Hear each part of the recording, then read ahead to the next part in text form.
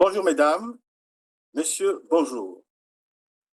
C'est toujours un réel plaisir pour moi de vous recevoir dans cette émission. Alors, je ne sais plus si c'est utile de vous demander de vous abonner, de liker et de partager, parce que je sais que vous nous êtes très fidèles et vous le faites quasi spontanément. Vous êtes sur R7 pour suivre votre émission préférée, Merci Docteur, présenté par votre serviteur, le docteur Clément Ikapi, donc moi-même. Quel est le sujet d'aujourd'hui? Eh bien, pour la fête de la femme, le 8 mars, demain, j'ai choisi pour vous un sujet presque exclusivement féminin, même si, évidemment, les hommes doivent toujours être là pour accompagner les dames. Le sujet de ce jour, c'est la grossesse extra-utérine, souvent connue par son abréviation GEU. Bonjour, je suis le docteur Odile Bagot, je suis gynécologue et obstétricienne. Aujourd'hui, je vous propose que nous parlions de la grossesse extra-utérine.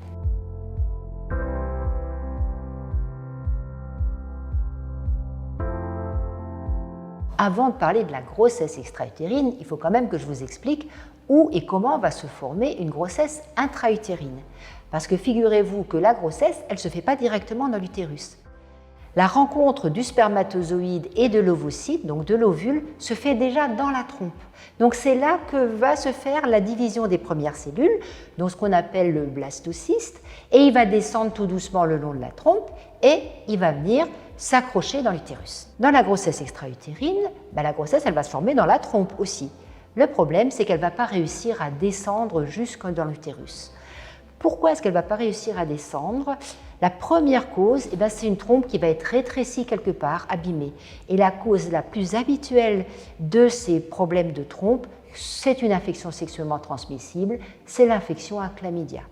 Une infection à chlamydia est la cause principale des grossesses extra-utérines et aussi de certaines infertilités. D'autres anomalies aussi qui sont plus rares, par exemple des anomalies de la mobilité des cils, parce que dans ce tuyau, dans la trompe, il y a des petits cils qui sont là pour faire avancer notre grossesse. Et donc certaines maladies vont faire que ces cils ne marchent pas très bien ou que le mucus à l'intérieur est un peu trop épais, comme dans la mucoviscidose. C'est aussi un facteur de risque de grossesse extra-utérine. Une autre cause qu'on trouve aussi d'anomalie des trompes, ce sont des appendicites qui sont passés un peu inaperçus. On a traîné pour faire le diagnostic et il y a eu ce qu'on appelle une pelvipéritonite. Donc il y a eu une infection de tout le pelvis, dont les trompes, et alors ce sont des trompes très abîmées. Donc voilà pourquoi une grossesse va s'arrêter dans la trompe. Et quand elle s'arrête dans la trompe, qu'est-ce qu'elle va faire? Elle fait ce qu'elle aurait fait dans l'utérus.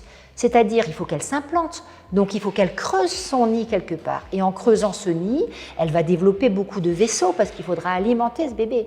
Malheureusement, la trompe, elle n'est pas faite pour ça. Et donc, de creuser dans cette trompe avec des vaisseaux, qu'est-ce qui peut arriver à un moment? C'est que ça va éclater. Et quand la trompe éclate, c'est quoi? C'est l'hémorragie interne, c'est donc gravissime. Donc, une grossesse extra-utérine, d'abord et avant tout, ça paraît idiot, c'est une grossesse. Donc, on a un test de grossesse qui est positif et un retard de règles. Ça, c'est le premier signe. Et puis, on peut avoir des douleurs. Il y a aussi des douleurs dans les grossesses normales, mais ces douleurs persistent. Et parfois, il y a un petit saignement. Ce saignement, il est décrit typiquement comme des pertes sépia. Vous savez, ce brun des photos anciennes. Donc, des petits saignements, pas un gros saignement rouge. Ça, c'est le cas typique. Il y a toujours des variantes. Un test de grossesse positif, des douleurs et des saignements, quoi qu'il advienne, vous allez consulter votre gynécologue. Que va faire le gynécologue? D'abord, il va vous examiner et il va palper au niveau des annexes, c'est-à-dire de chaque côté de l'utérus, pour savoir si ça réveille une douleur, voir s'il sent une masse, la grossesse extra-utérine. Il y a un signe qui est assez caractéristique, c'est que quand on touche à l'arrière de l'utérus, c'est une zone extrêmement douloureuse parce que la grossesse extra-utérine, elle va saigner à l'extérieur mais aussi à l'intérieur. Et donc, il va y avoir du sang dans le péritoine. Et là, quand on touche, ça fait très mal. Donc, à l'examen clinique, on a déjà une idée. Ensuite, on va passer la sonde d'échographie. Et à l'échographie, eh ben, on ne verra pas de grossesse dans l'utérus. Mais si on est très tôt pendant la grossesse, parfois une grossesse intra-utérine ou une grossesse qui a commencé dans l'utérus et qui s'est arrêtée, eh ben, ne donnera pas d'image non plus à l'échographie. Donc ça ne suffit pas de ne pas voir de grossesse dans l'utérus pour faire le diagnostic de grossesse extra-utérine. Donc on va chercher d'autres signes. On va regarder si on trouve la masse. Donc c'est difficile, parce qu'à côté de l'utérus, une petite masse qui fait aller 2 cm sur 1, c'est pas toujours facile à voir. Ce qu'on verra parfois, c'est ce fameux épanchement, du sang qui est déjà tombé. On voit de l'épanchement, pas de grossesse dans l'utérus, oulala, il faut être prudent. Un autre moyen d'approcher le diagnostic est surtout de faire la différence entre une grossesse intra-utérine qui s'est arrêtée, qui va donner une fausse couche, ou une grossesse extra-utérine, c'est de voir l'évolution du taux de bêta-HCG. Le taux de bêta-HCG, c'est le taux de l'hormone de grossesse. Dans une grossesse qui évolue bien et à l'intérieur de l'utérus, ce taux, habituellement, en début de grossesse, il double tous les 48 heures. Un taux qui stagne, attention, possibilité de grossesse extra-utérine. Je vais pour vous développer, donner la définition, les causes et les facteurs de risque liés à cette pathologie, les signes d'alerte qui doivent attirer notre attention, les complications et malheureusement, le traitement, comme je vous le dis toujours, ne dépend pas de nous. Nous allons laisser le traitement aux spécialistes. Notre but, c'est alerter. C'est quoi la grossesse extra-utérine exactement? Eh bien, c'est une grossesse qui se développe en dehors de la cavité utérine. La cavité utérine, c'est ce que la population générale appelle souvent la matrice. Donc, c'est une grossesse qui se développe en dehors de ce niveau-là. Cette grossesse se développant en dehors de la cavité utérine est aussi appelée grossesse ectopique. Ectopie, ici, veut dire, disons, ce qui n'est pas à sa place, qui est anormalement situé. Donc, grossesse anormalement située. La grossesse extra-utérine pour les statistiques intéresse 2% de grossesse. On dénombre près de 15 000 grossesses annuelles en France. Je n'ai pas des statistiques d'ailleurs, encore moins des statistiques africaines, ce qui est dommage. La plupart des grossesses extra-utérines se développent à l'intérieur de la trompe. Nous verrons ça un peu plus loin. Parfois, je dirais trompe de Fallope ou trompe ou tube, c'est la même chose. Mais si on parle de grossesse ectopique ou grossesse extra-utérine, c'est par opposition à une grossesse intra-utérine, donc grossesse normale, fort heureusement, qui constitue près de 98% de grossesse. C'est dire que la nature fait très bien ces choses normalement. Il n'y a que 2% de grossesse extra-utérine qui sont retrouvées dans presque toutes les statistiques. Un petit mot peut-être sur la grossesse normale, parce qu'une fois qu'on saura comment se passe la grossesse normale, on comprendra mieux le sujet de ce jour. Comment ça se passe? Pour une grossesse normale, après donc une copulation, le spermatozoïde remonte les voies génitales féminines, part de la cavité vaginale jusque dans l'utérus, en passant par l'orifice du col de l'utérus, progresse dans l'utérus jusqu'à la corne et rentre, il pénètre dans la trompe jusqu'au tiers extrême de celle-ci, jusqu'au tiers extrême de la trompe. En ce moment-là, en fonction du cycle menstruel de la femme, s'il y a un ovule qui a été libéré, un ovule prêt, celui-ci sera donc fécondé à ce niveau-là. J'ai bien dit tiers externe de la trompe.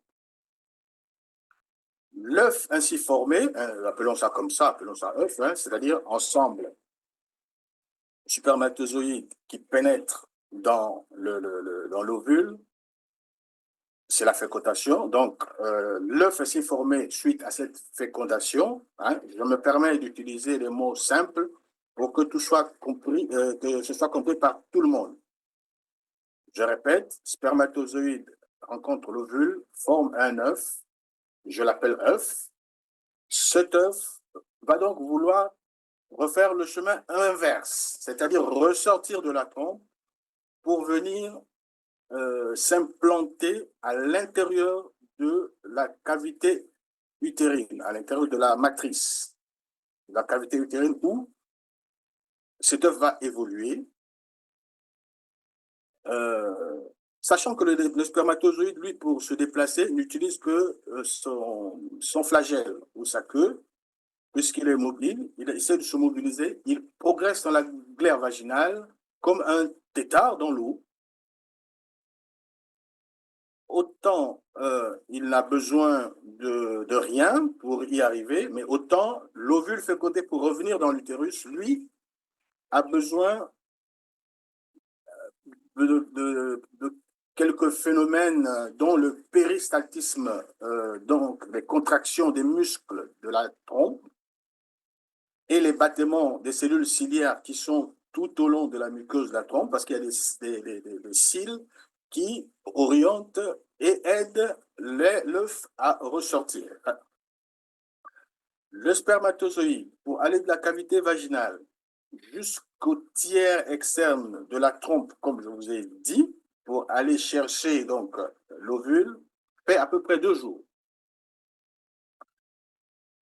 Mais l'ovule, pour ne parcourir que la petite distance, les quelques centimètres, disons entre 6 et 8, entre 6 et 8 centimètres, pour revenir dans la cavité utérine, fait 3 à 4 jours. 3 à 4 jours pour atteindre la paroi de l'utérus où il va se fixer à partir du 6e jour de la fécondation. Il s'implante. Une fois qu'il s'est implanté, donc on appelle ça la nidation. Il se nide au niveau de la paroi de l'utérus. À partir du 10e jour de la fécondation, commence la sécrétion d'une hormone qui est l'hormone de la grossesse, le bêta-HCG. Retenez ça, ce sera important. Et à partir de ce moment, l'œuf devient embryon pour devenir plus tard fœtus. Et après 42 semaines, il va sortir pour devenir nouveau-né.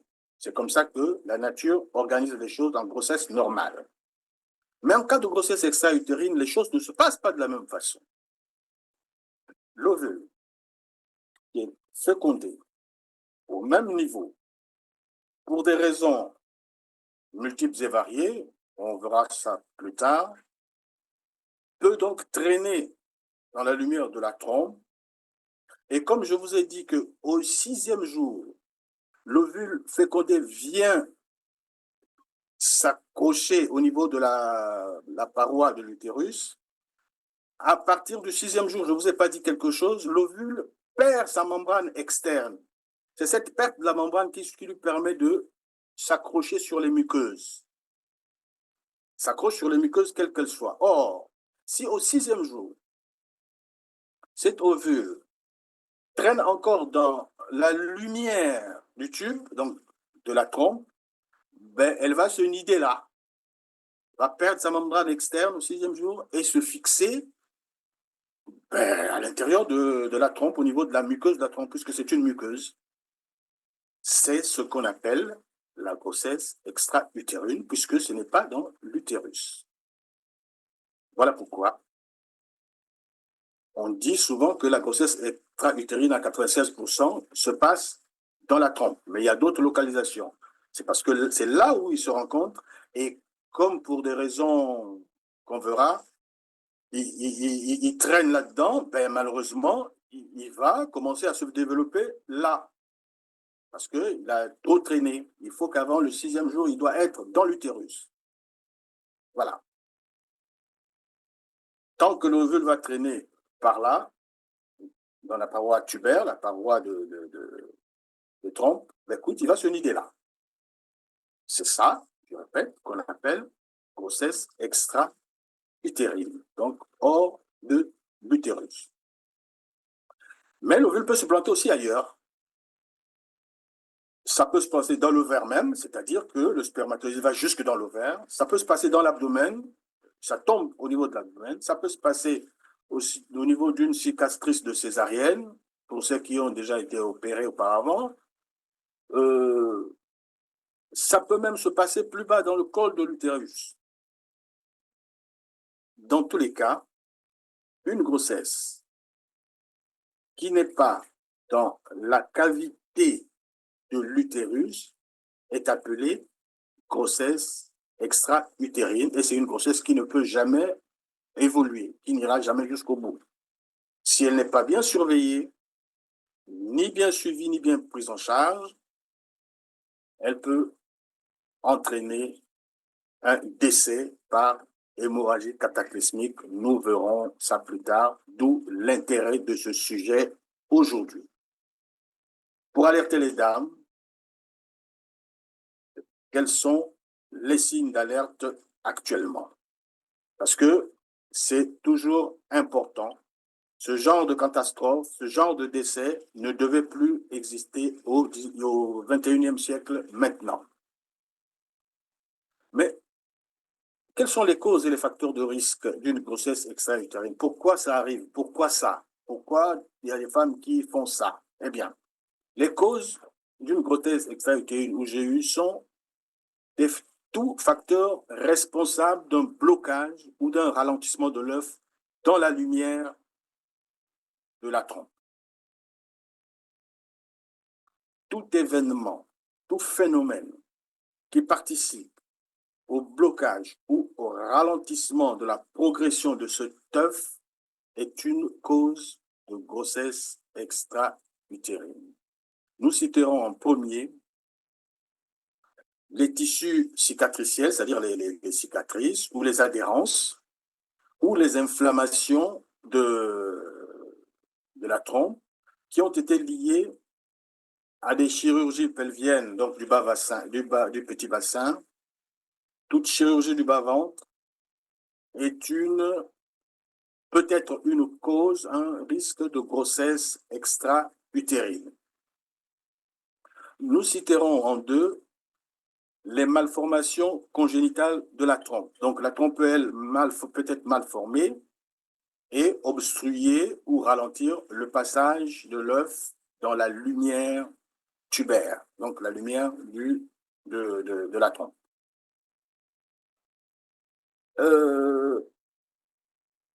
Enfin, quels sont les facteurs de risque? Eh bien, les facteurs de risque des grossesses extra-utérines, je vais vous les citer tranquillement, faites attention, les retenir. Il y a un, l'âge.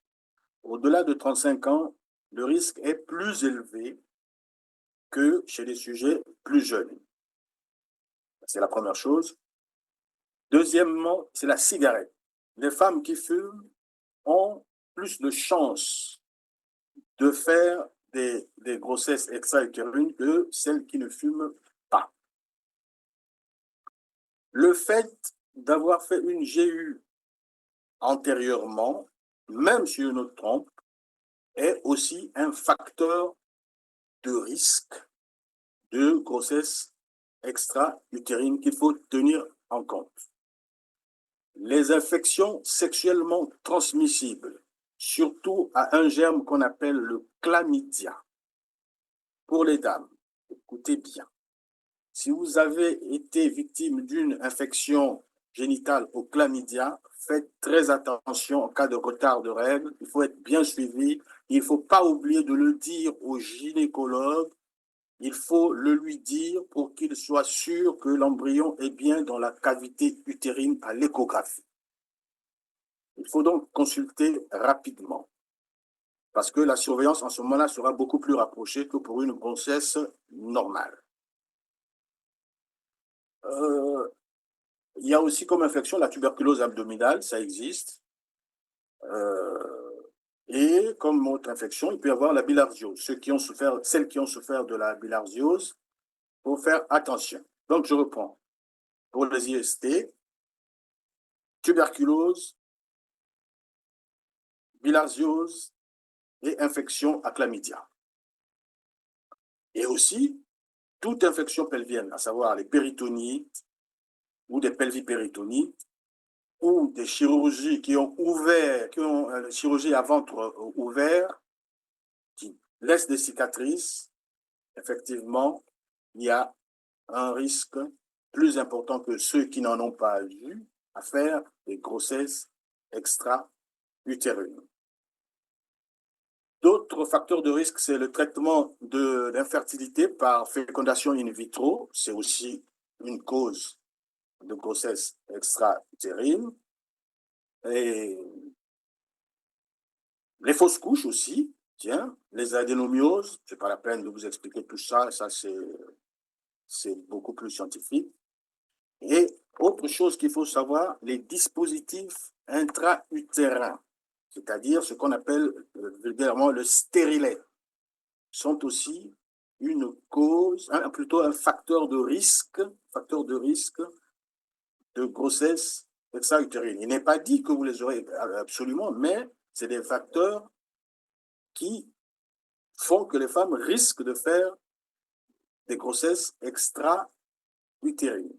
Parce que les dispositifs extra-utérins pour la contraception, par exemple, agissent par un phénomène d'inflammation, le phénomène inflammatoire. Et cette inflammation peuvent être responsables à tout moment des GEU. La ligature de trompe aussi est un facteur de risque de GEU.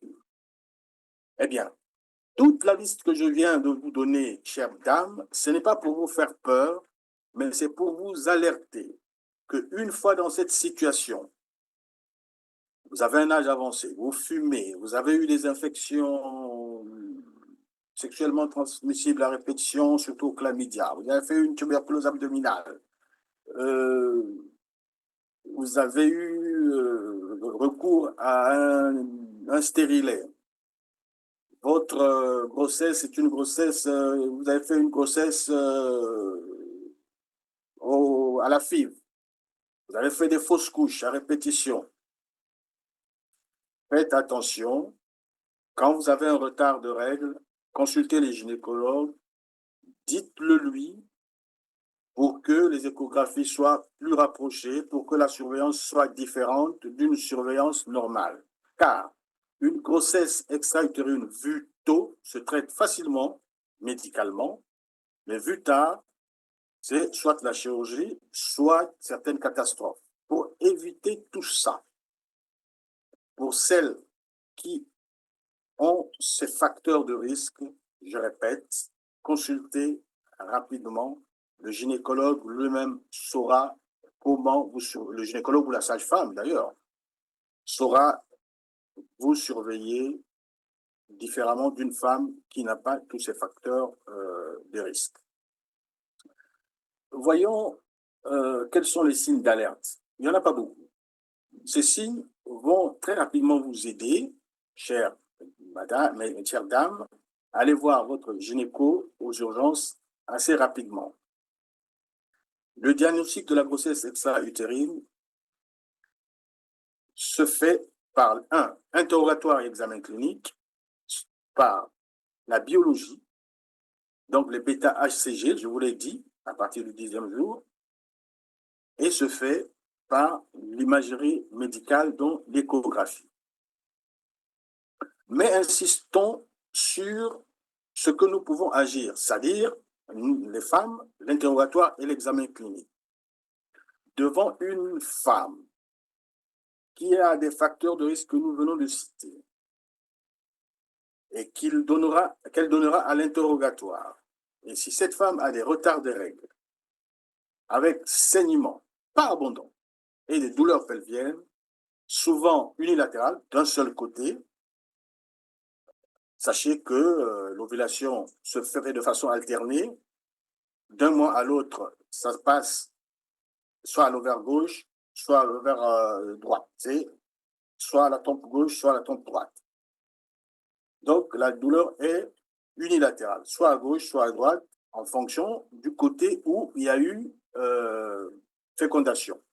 À un certain moment, ça peut être tout le bas-ventre, mais devant ces signes, ce que je voulais vous dire, devant ces signes, je répète, saignement sans noirâtre de couleur sépia, douleur, retard des règles, il faut faire très attention. En ce moment-là, le gynécologue ou la sage-femme vous prend en charge et vous surveille, fait un examen de sang qu'on appelle la recherche de bêta-HCG ou hormone de la grossesse. On verra qu'à partir du deuxième jour, ça commence à augmenter, mais une augmentation qui n'est pas aussi importante que ne devait l'être dans une grossesse normale.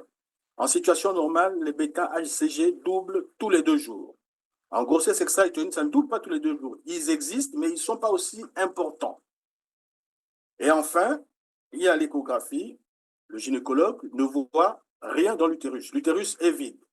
La dame est en grossesse, a tous les signes d'une grossesse normale, mais saigne, a une douleur et l'échographie ne voit rien dans l'utérus.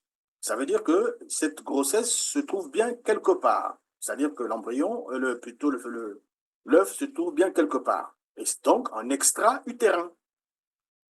Ce qu'il faut faire, comme j'ai dit, je répète, rien d'autre à faire qu'aller consulter, tout lui dire, ne rien cacher au gynécologue, parce que c'est comme ça qu'il va soupçonner à partir de vos antécédents, c'est comme ça qu'il va, vos habitudes alimentaires, vos antécédents, il va soupçonner une grossesse extra-utérine.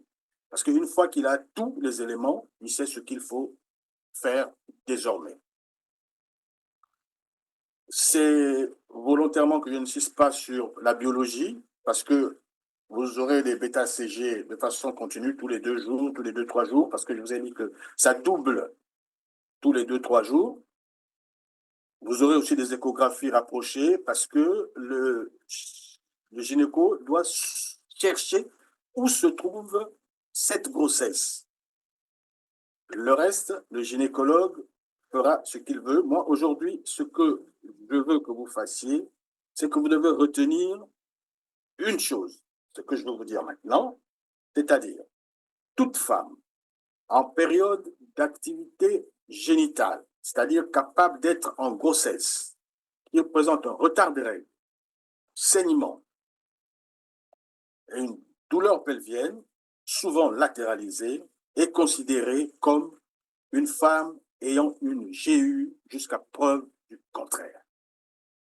Très important. Je reprends. Toute femme en période d'activité génitale qui présente un retard des règles, des saignements, certes peu abondants, noirâtre ou sépia, et des douleurs, surtout d'un seul côté, est considérée comme ayant une GU jusqu'à preuve du contraire. J'espère que nous nous sommes entendus. C'est le message que je voulais souvent faire passer. Maintenant, quel est le traitement? Eh bien, une GU est une grossesse qui ne peut jamais aller jusqu'au bout, je vous l'ai dit. C'est une grossesse qui ne va jamais évoluer. Donc, le traitement est soit médical, des comprimés qu'on donne, soit chirurgical, c'est en fonction de l'âge de la grossesse, et d'un certain nombre d'éléments qu'apprécieront les gynécologues et les sages-femmes. Nous n'insisterons donc pas là-dessus. Je ne peux pas m'arrêter là, puisqu'il y a une complication. Si vous avez traîné de consulter, il arrive que, malheureusement, la grossesse extra-utérine qui se trouve dans la trompe évolue quand même. Et quand elle évolue, la lumière de la trompe, je vous l'ai dit, n'est que de quelques millimètres. L'ovule va augmenter de volume, puisque c'est une idée-là, jusqu'à éclater la trompe. Et une fois que ça s'éclate, ben, il y a des vaisseaux autour, il y a un saignement dit cataclysmique, au point où ça devient une hyper-urgence chirurgicale, ce qui va mobiliser toute une équipe, à savoir le gynéco-obstétricien ou chirurgien, l'anesthésiste réanimateur et le service de réanimation, le radiologue, le biologiste et le centre de transfusion, parce que cette hémorragie est telle que la transfusion peut être un traitement au point où on soit obligé de transfuser la personne et séjourner en réanimation. Et évidemment, vous avez bien compris qu'il y a un risque de décès par choc hémorragique. Tout ça peut être évité, pourtant, si on fait très attention, si on va voir son gynécologue très tôt, si on lui dit tout, on lui cache rien, parce qu'il arrive que pour certaines raisons, certaines dames ne disent pas tout parce que ça les gêne de dire certaines choses. Pendant la consultation, toujours dire que vous fumez, que vous avez eu telle infection plusieurs fois, ainsi de suite, que vous avez fait plusieurs avortements. Ne vous gênez pas parce que ça peut égarer l'obstétricien. Voilà. Qu'est-ce qu'il faut dire en conclusion? La GU est rare, mais pas banale. La GU, c'est-à-dire grossesse extra-utérine non compliquée, est rare, mais pas banale. Mais il s'agit d'une urgence. Le diagnostic peut être difficile, mais quand elle est prise en charge tôt, le traitement peut être médical, parfois sans aucune hospitalisation, tout se passe à la maison. Le traitement chirurgical, quand on y arrive, est très bien codifié, bien connu des obstétriciens actuellement dans ce 21e siècle. Mais en cas de GU rompu, le problème n'est plus le même. Les conséquences peuvent être très dramatiques pour la famille et pour la société. C'est ainsi que, je répète, la triade, retard des règles, douleur unilatérale et saignement,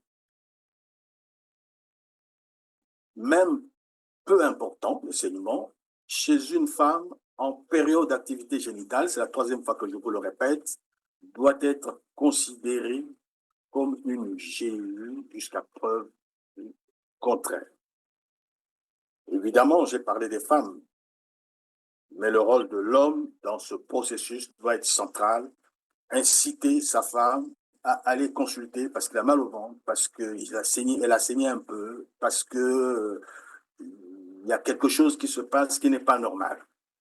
Voilà pour aujourd'hui, à la veille de la fête des femmes, de la fête de la femme, voilà ce que j'ai voulu vous dire pour attirer votre attention. Je vous remercie de cette attention. Bonne fête de femmes à tous. On se retrouve à la prochaine émission. Entre-temps, prenez soin de vous. Au revoir.